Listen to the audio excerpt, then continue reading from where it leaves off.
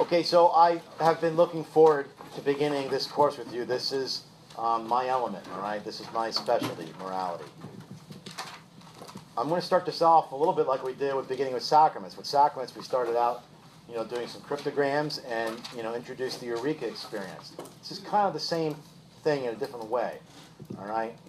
So I want to start out by talking about some experiences of discovery. And it won't be something you need to share, but I want you to, I'm going to have you think about it yourself. No, hold on. I'll talk about that at the end.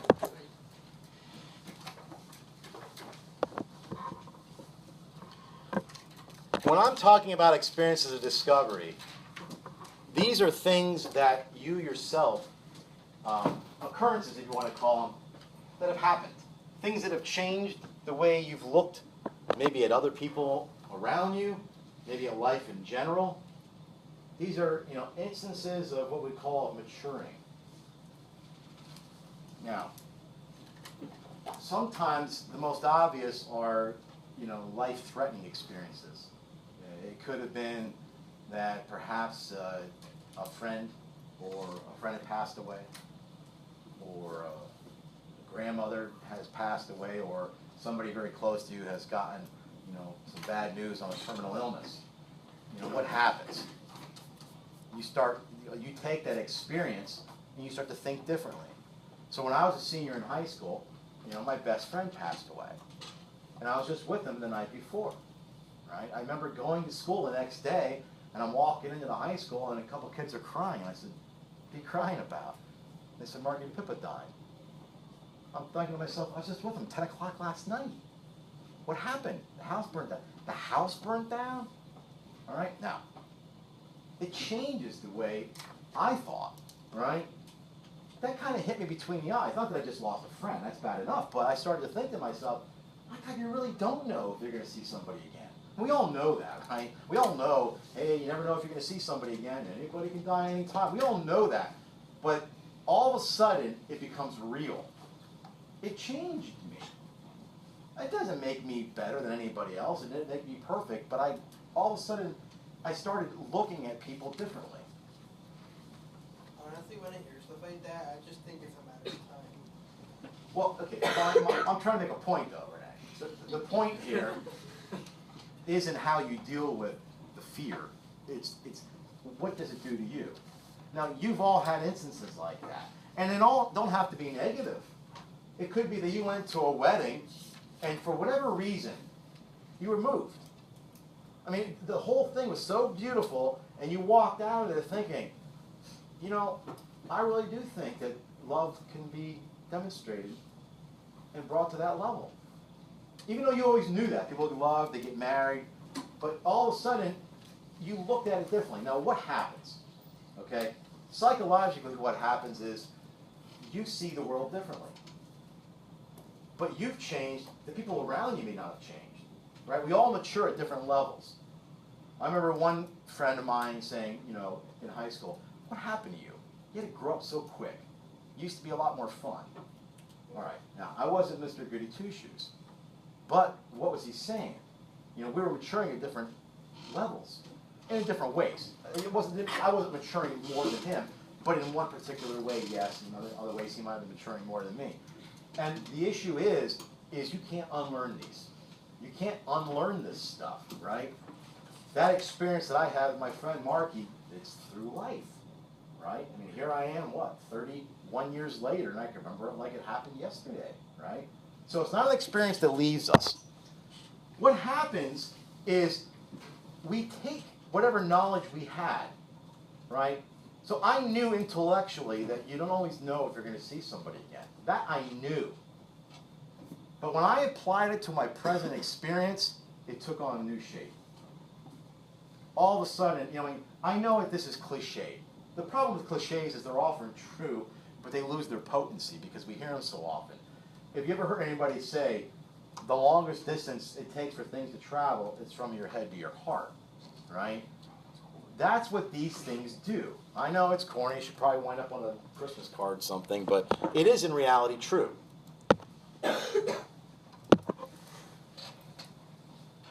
So here's how this works.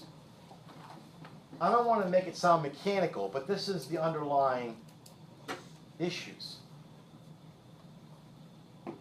With knowledge that I gained through my education, which doesn't always mean in school, right? I was able to consider something in a different way. Understanding, that's when it hit the heart. Now I made the connections. I get this.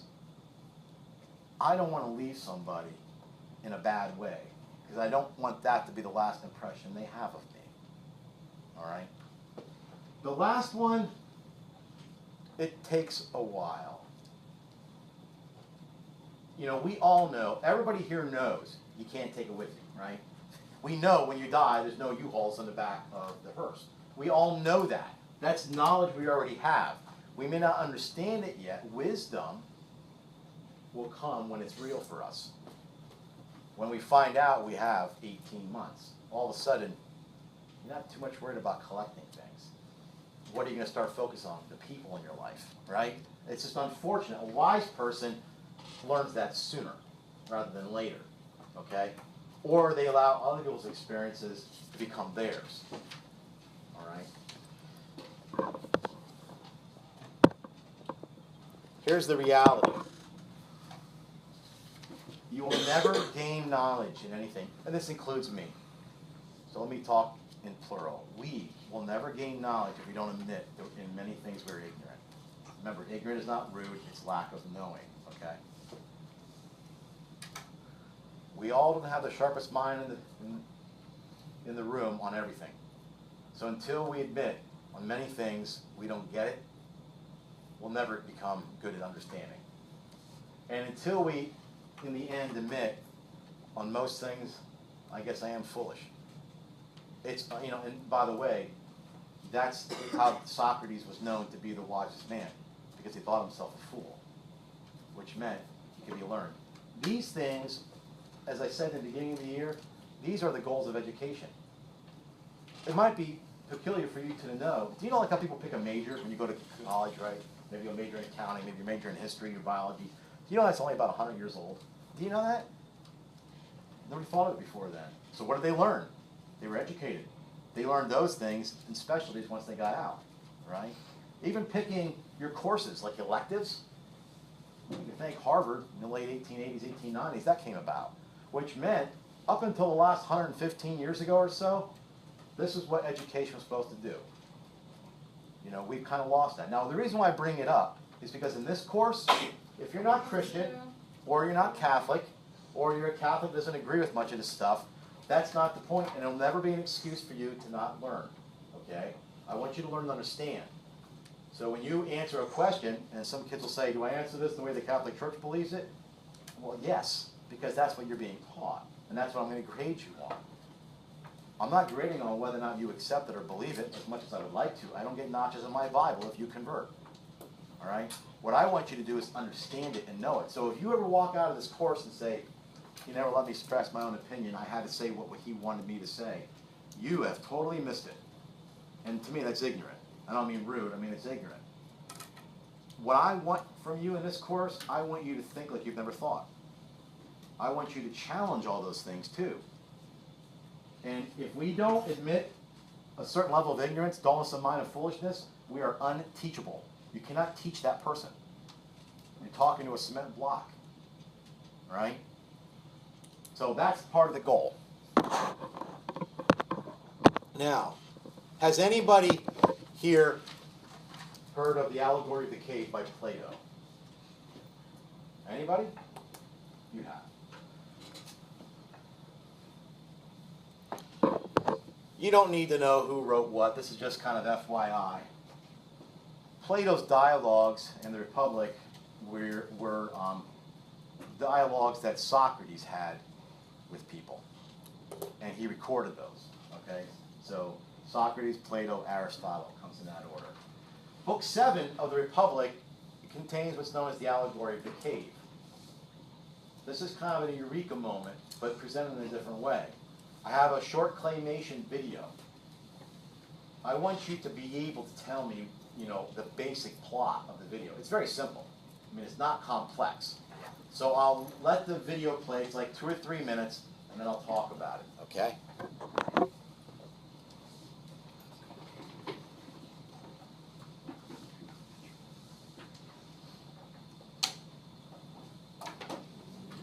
Imagine prisoners that have spent their entire lives chained deep inside a cave.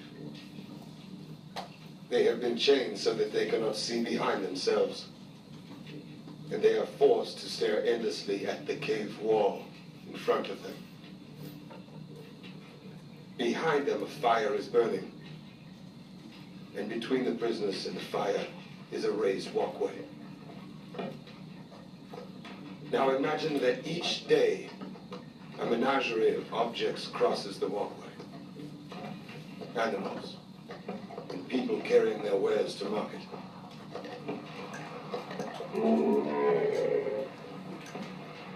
Their shapes create an intricate shadow play on the wall in front of the prisoners.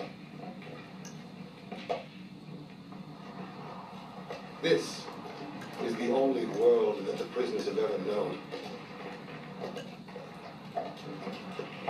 The shadows and the echoes of unseen objects. Now, imagine that the prisoner is released.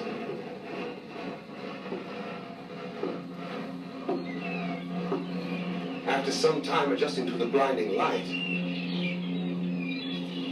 the freed prisoner will begin to experience the world outside of the cave for the very first time. And it is like nothing he could have ever imagined.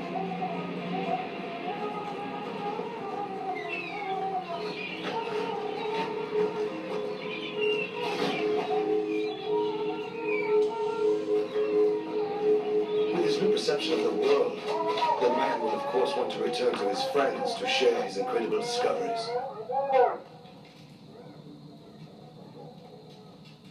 But the prisoners cannot recognize their old friend. He appears as all things do.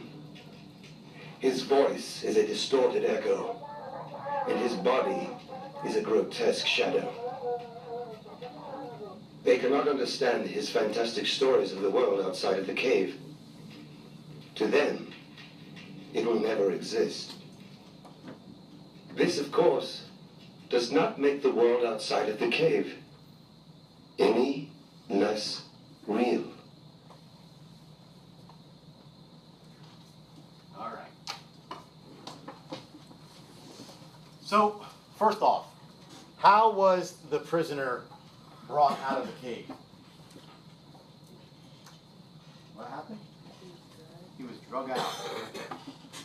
We don't usually go easy on these things, right?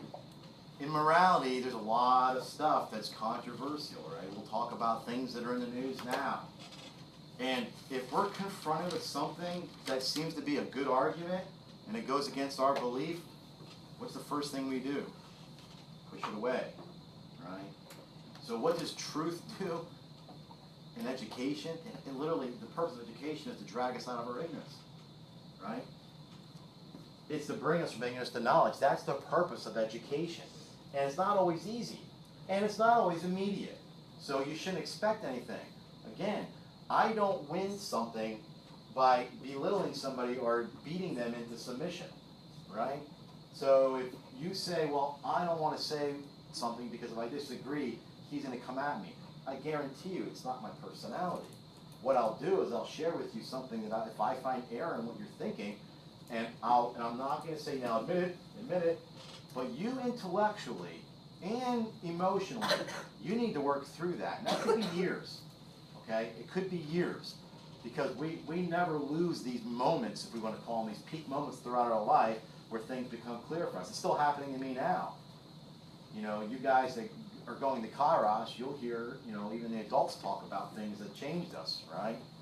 So it's about bringing us from ignorance to knowledge. It's about bringing us from dullness of mind to understanding, and it's about bringing us from foolishness to wisdom.